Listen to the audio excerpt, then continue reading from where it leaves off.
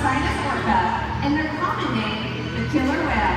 And the four whales in our care have their own individual names. Sakari, Takara, Chuar, and joining us here out front, Kayukin. Sakari is the youngest whale at 16 years old, and Takara is the oldest at 34 years old. Orcas live in a matriarchal society with one female in charge, and for this whale common, that's Takara, which means she's the leader. These whales trust us, and they take an active role in their own health and well-being. Through the use of positive reinforcement training techniques, we're able to teach the whales husbandry or healthcare behaviors. Trainers Amy and Kylan are joining us at the slide outs, and they're going to help demonstrate just a few of these behaviors. One of the first behaviors we teach the whales is called a fluke present, in which the whales present their tail flukes to the trainers, just like Kayuki is demonstrated right now. Not only does the fluke present allow us to observe the whale's entire body, but it also allows us access to the easy-to-see shallow veins that run along the white underside of their tail flukes. Our veterinarians can collect a blood sample from these veins at least once a month.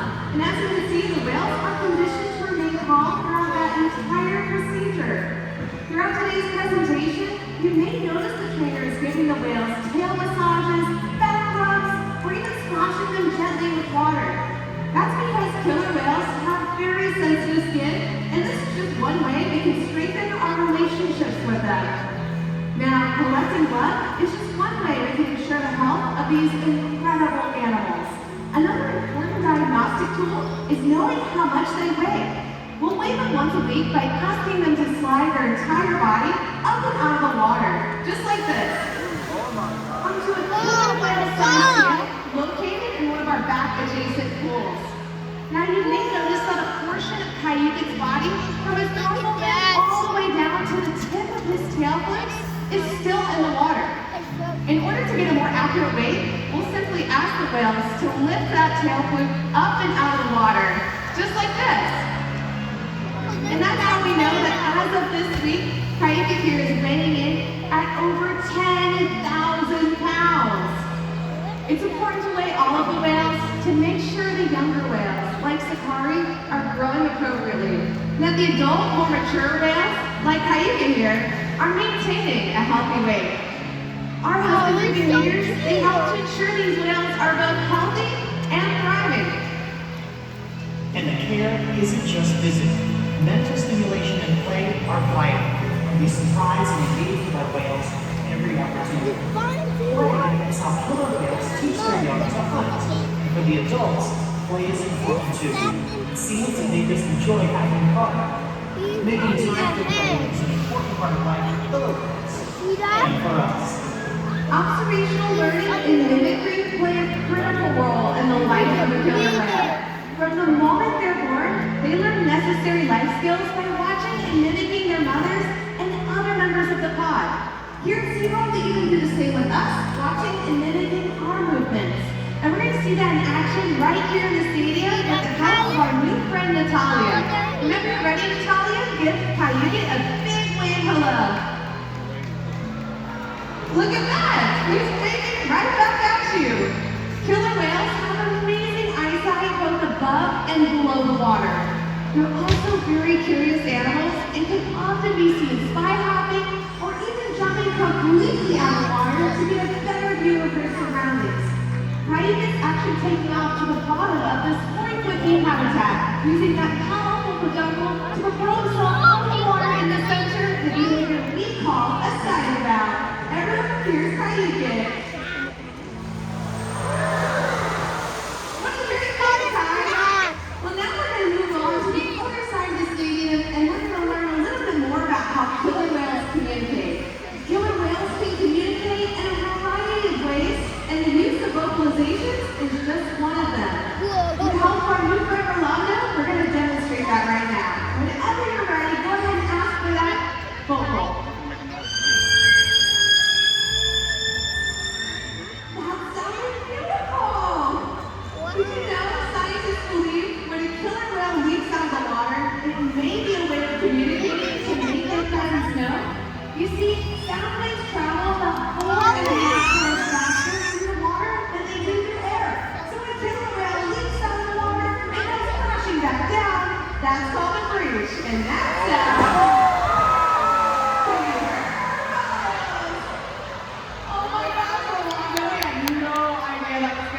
active. But hey, here's what's all for such a great sport. How about we give a hand for these awesome audience volunteers?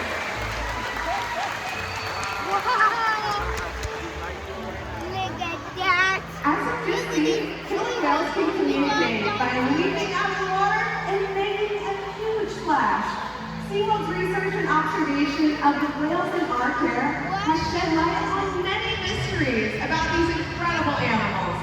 For example, we now know the gestation period for a pregnant killer whale is 17 months.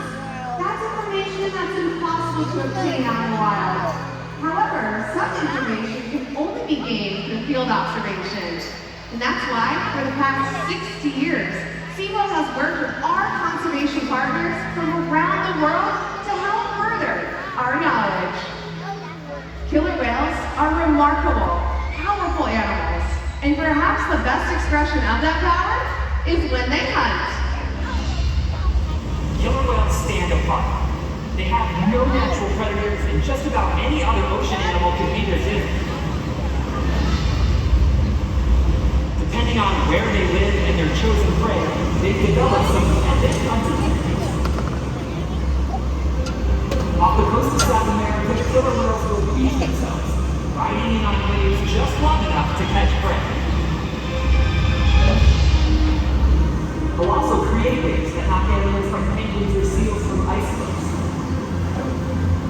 Most importantly, they cooperate, communicate, and coordinate as a team. Here's footage of killer whales corralling a school of herring. A whale dips in and feeds, while the other whales keep the fish together with spikes in their tail fins.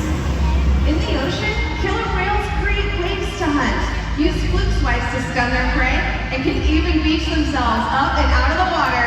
For these whales, it's a fun demonstration. And for all of you, it's time to get wet.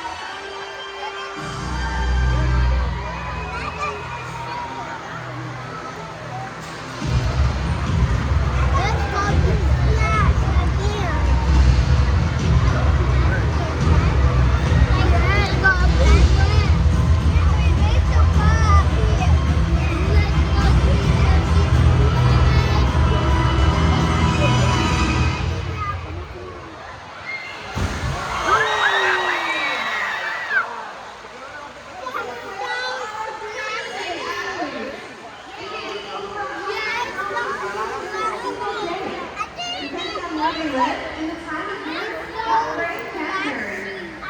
Unfortunately, things like overfishing and pollution pose a serious threat to populations of killer whales. Killer whales are impressive animals, and it's pretty obvious why they're the top predator in the ocean. That means killer whales are invincible, right?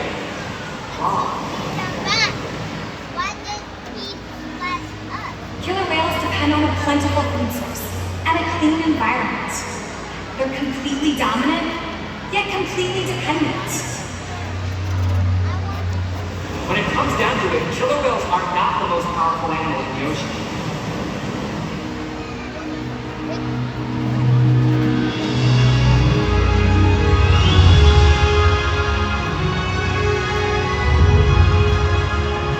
Their future depends on you.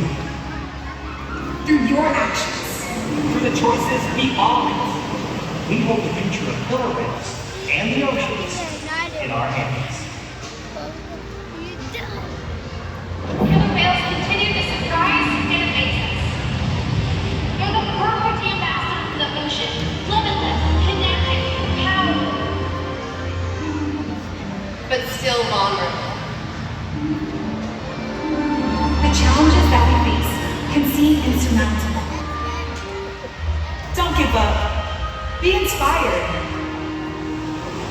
The ocean needs our help, and that seems overwhelming. But together, we can make it happen. There's so much to learn. So much to protect. So much to explore. The killer whale story is still being written, and there are simple things we all can do to make a difference. All it takes is one choice. One positive act. One ripple that can grow and grow. And change the world.